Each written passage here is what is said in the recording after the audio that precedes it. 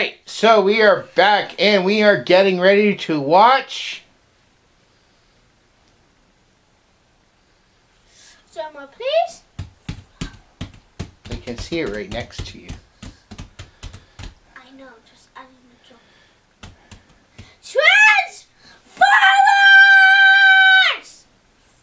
Yeah. That's it, homies! We're watching Transformers! And what you got to do about it? And what happened at the end of the last Transformers movie? Link in the description above her right now. Anyways, what happened in the last one? A very cool, definitely not strange battle. Yeah. Who are the Transformers?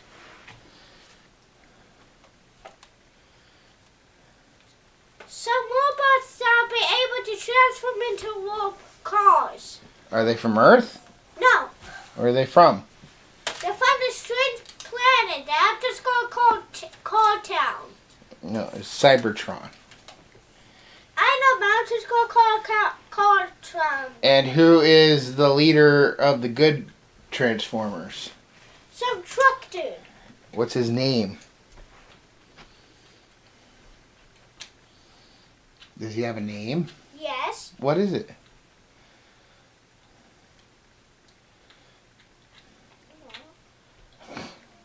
Okay, who's the leader, or who's your favorite of the good guys? Bumblebee! Bumblebee. And are you hoping to see Bumblebee again? Hopefully. Yeah. Let's see. Did they defeat? Do you remember what the good ones are called? Transformers? No. Autobots. Autobots! And the bad ones are called? Bad Autobots! No, they're called Decepticons. I know, I was just making a joke. Well, anyways, let's go ahead and get in because she's very distracted for some reason. Can't seem to focus and look at the camera. So let's just hurry up and we'll see you guys after the movie. Bye, I wish I had my wand.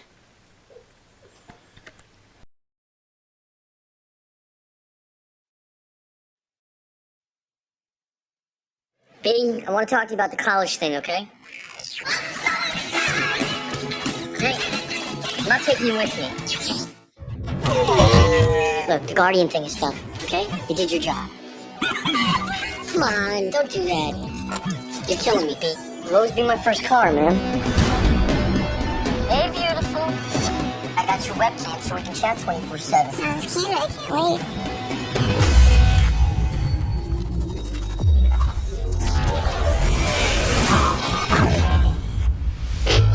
I just had a full-blown mental meltdown in the middle of my class. I'm seeing symbols. We've kept much from you, Sam. This isn't my war. I fear it soon will be. What you're about to see is top secret. Do not tell my mother. Any of these look like the symbols you saw? Archaeologists found these unexplained markings in ancient ruins all over the world. They gotta mean something, like a message or like a map. Can you read this? Read? No, we don't really do much reading.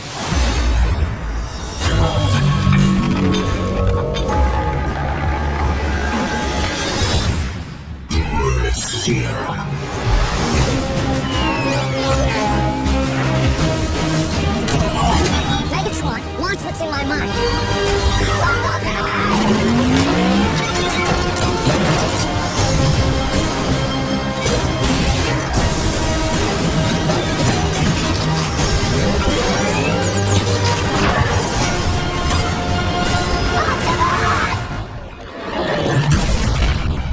Fate rarely calls upon us at a moment of our choosing.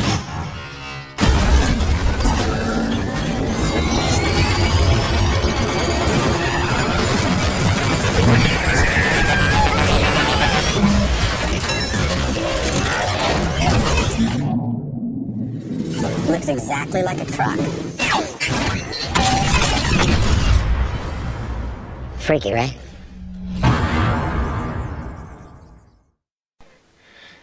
Alright, we just finished watching Transformers Revenge of the Fallen.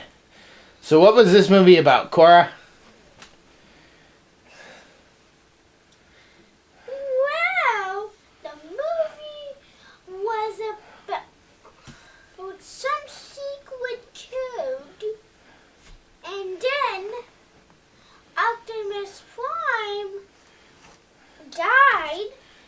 You're going a little fast, don't you think?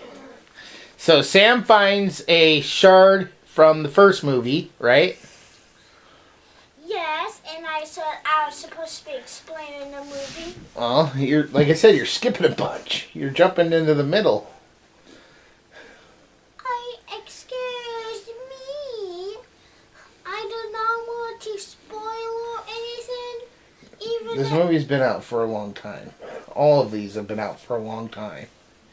that doesn't mean about 100 people saw them. More than 100 people saw them. They just want to know your thoughts on it. You serious? Yes. Serious face. Yes. Alright, so anyways, so Sam finds a shard from the first movie, right? And what happens when he touches it? He goes ahead, holds it for a little bit, and then drops it, and then every Electronic. electronic, I was going to say animatronic, but they're not animatronics from FNAF. They start coming to life. Yes.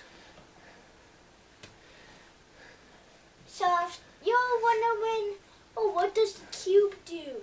What does the cube do? What does the cube do? Well, Ace like that in the comments below. Then this movie has your answer to that question. What does the cube do? Question. It brings things to life like Transformers. Yes, so that's probably how the Transformers were made. And From this magical cube, and when it touches the object, it got it turned into a transformer or an Autobot. And anyways, so we find out that the shard Sam has isn't the only shard. That there's another shard. And who steals that? Optimus Prime. No, the Just kidding. Decepticons.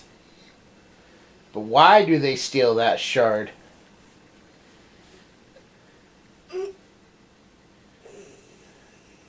Did you forget? So they can bring back Megatron. Da, da, da. Meanwhile, Sam is seeing all these strange letters and glyphs, right? Yes, in one scene he wrote it all over the entire room. Yep. And then that girl basically jumped on top of him and wanted to start kissing him and making out with him. But sake, she's a robot, so Yeah. I was that was like, Were you disturbed when she started growing a tail? I was like, holy, what the? Is this a robot? Oh my god, what is happening? What stops her? Some people, which is his friends slash not friends, I don't know what to call them. His roommate? His roommate slash friend And? slash not. His girlfriend? And his girlfriend, which is the robot. No, his girlfriend's not the robot. Whose Girlfriend are you talking about? What? Sam's! Michaela! From the first movie. Okay. The one that asked, why if he's a highly advanced robot does he keep turning back into this piece of crap Camaro? Hey! And then remember Bumblebee kicked him out of the car so he could become a brand new Camaro? Yeah, like, sorry, where you gotta go? I have to level up. Anyways, Okay, Michaela and the roommate barge in right as the girl slash robot is kissing Sam. And then it doesn't even try at that point, like, to keep hiding. It just, like, full out starts attacking, which I thought was kind of weird. Like, okay, if you're going to do all this, why are you just attacking all of a sudden? That makes no sense. But whatever. Guess they were like, well, we got to get going. Let's just get this going. So, they start getting chased. And who do they go for help? Who do they go to see to get help? Optimus Prime. No, not yet. Bumblebee. Simmons. Simmons. The Sector 7 guy from the first movie. Of course, they don't know it's Simmons until they get there. Oh, yeah. Then they go to see Optimus Prime. Well, actually, no. Then, as they're running to try to go see Optimus Prime, they get attacked by the Decepticons and Megatron. But then Optimus Prime then shows up and helped them. Yep. Oh, does he? Yeah, he does. And then Cora almost cried. Optimus Prime. No! Megatron killed Optimus Prime. Don't worry. He'll be brought back. But then Bumblebee shows up and gets them to safety, right?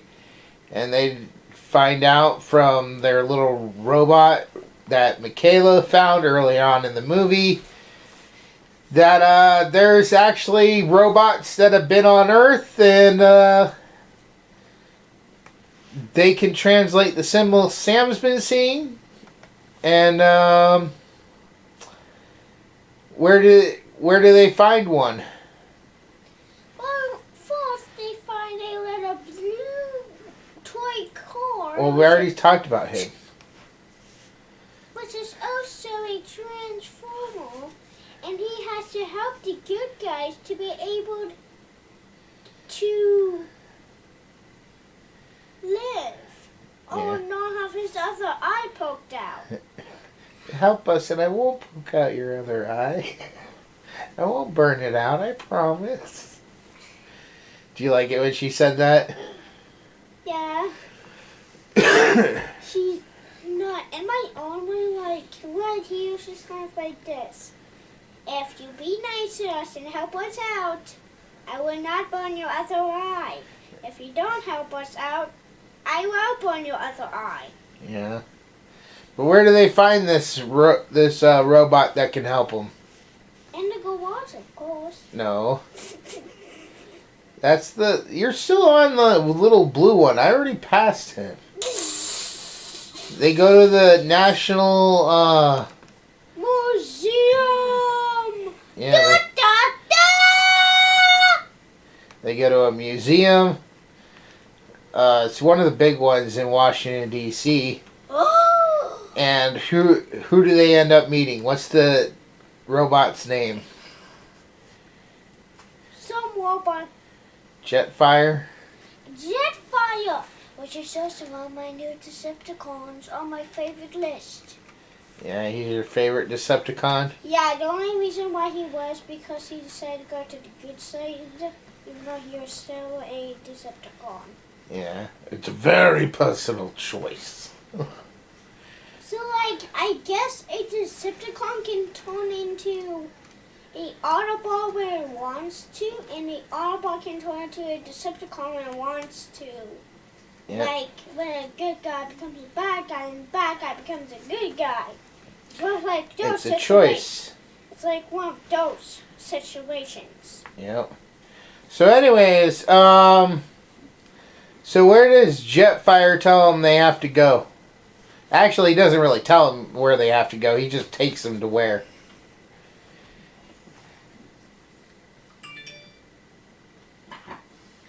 The Pyramid of the United States. No, Egypt. The pyramids of Egypt. I know, I was just making a joke. Can I have one joke in peace? And what are they looking for at the pyramids? Some type of key. The matrix of leadership. Which will bring back our dead and Autobot boss. Optimus Prime. Optimus Prime. So, do they get it? Yes, they do, but when they do get it, they have to go through the entire war. Yeah, and also, you forgot to say it turned to dust when Sam grabbed it. Hey, I was leaving that as a surprise. So then he collects it up in his sock, and they try to carry it over to Optimus Prime, But then he faints. and they go through hell. Why do you say all those explosions. Oh, sorry I talked about him that scene when he knocked it out. And while, Well, for me, it was heaven because it had so many explosives. yeah. Kaboom! And you got to see something amazing. The bad guys did something really cool. What did they do?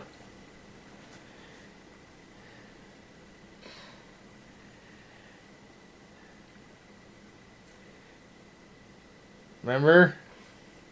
Oh, the one of the bad guys sucked. Actually sucked. But who was that? Some wood dude. It was Devastator. And that was, what, 5 Decepticons that joined together to become one? Now I'm just Giant? I'm just going to call him wood dude because it's more easier because it looks wood. Well, that was his name, though. His name was Devastator. I'm going to call him wood dude. Okay, anyways. And Devastator had big balls, didn't he? Oh my god, stop saying that guy's a big... Hey, they're the ones that pointed out in the movie. Even Simmons goes, I'm under the alien scrotum. Oh my god, stop it. I can't help it, they pointed it out.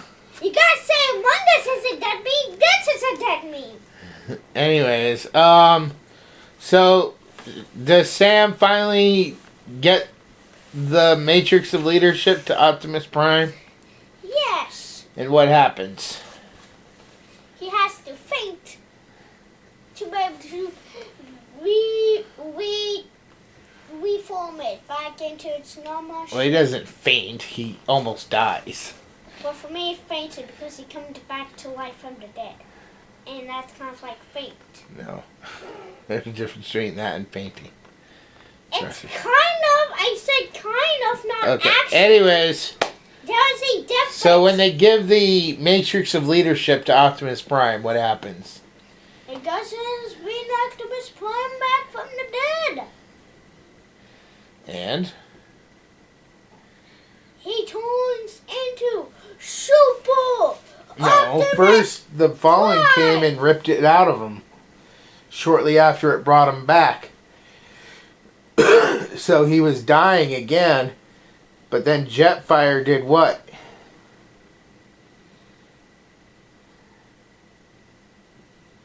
Jetfire sacrificed himself to help heal Optimus Prime. And he became Mega Prime. Hey, I was supposed to say. Okay, fine, you say it. And he became... Super Optimus Prime!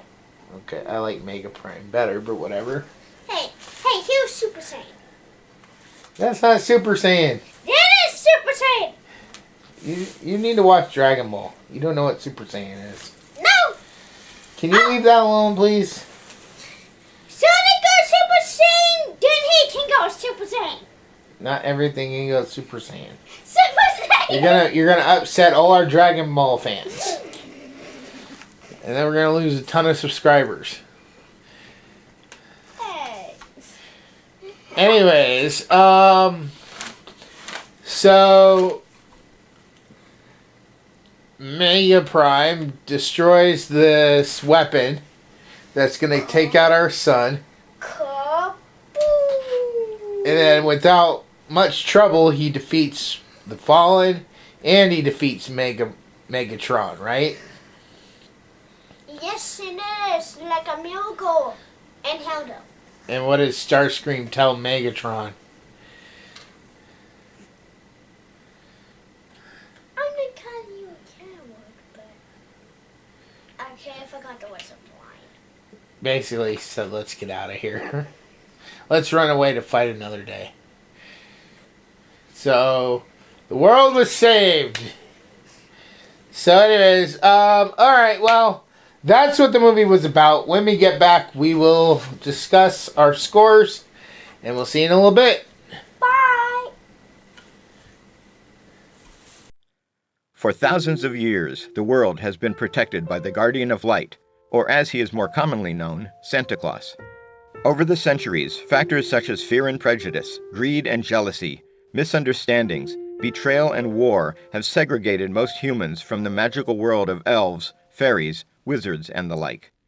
This has resulted in many misconceptions and generalizations of the true nature of Santa and his world.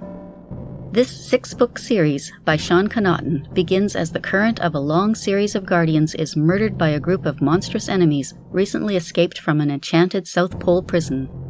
These creatures are loyal to the darkness, an evil force determined to exterminate the light in order to enslave all creatures of the world.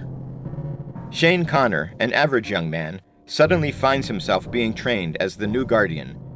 As he adapts to his new life among fantastic creatures, he goes on an adventurous quest with a legendary wizard for the ultimate weapon to use against the darkness, and faces murderous enemies like Rasputin, Morgana Le Fay, Krampus, and many more.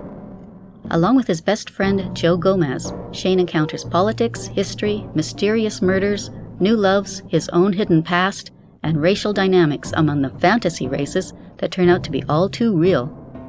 Their adventures reveal the true nature of the world and challenge the current state of how all races interact. This series expertly melds myths, legends, history, faiths, folklore, and secret societies into a fascinating, cohesive, comprehensive world of wonder and magic. From Atlantis to Olympus, from Hades to the moon, and from broomstick races to Christmas deadlines, join the new Santa Claus on his amazing journey. But beware, will Shane's quest achieve his ultimate goal of destroying the darkness and preserving the light of the world? Or is he actually playing right into a plot by dark forces that will result in his, and our, ultimate doom? So make your list and check it twice for the Guardian of Light book series. Download your audiobook or ebook today from Audible, Amazon, or iTunes.